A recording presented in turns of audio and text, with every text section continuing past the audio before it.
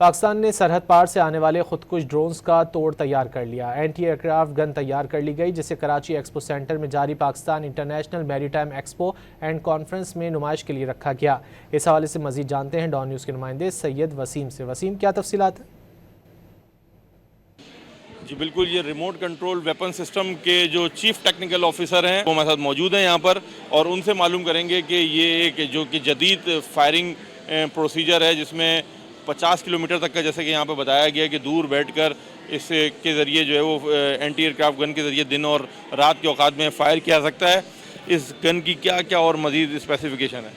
जी, ये remote control weapon system की सबसे अहम बात यह है कि ये 100% पाकिस्तान में बनाई गई है, और इसका जो फायर कंट्रोल सिस्टम है, हर किस्म की हार्डवेयर और सॉफ्टवेयर पाकिस्तान में बनी है, पूरी डिज़ाइनिंग पाकिस्तान में हुई है। तो ये हमारा वो वाला वेपन है जो इसमें कि हमारी कोई रिलायंस नहीं है on any other foreign OEM। ये वाली जो गन है ये नेवी के जहाज़ों के लिए, ज़मीनी फ़ौज के लिए और अनमैन्ड सिस्टम्स के लिए, तीनों के लिए इस्तेमाल की जा सकती है।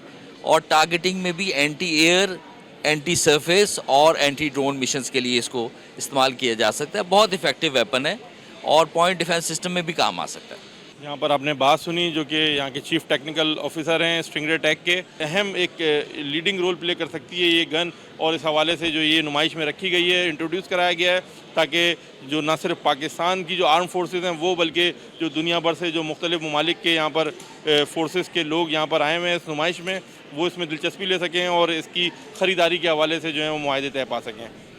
वसीम, बहुत शुक्रिया इन तफसीलात के लिए।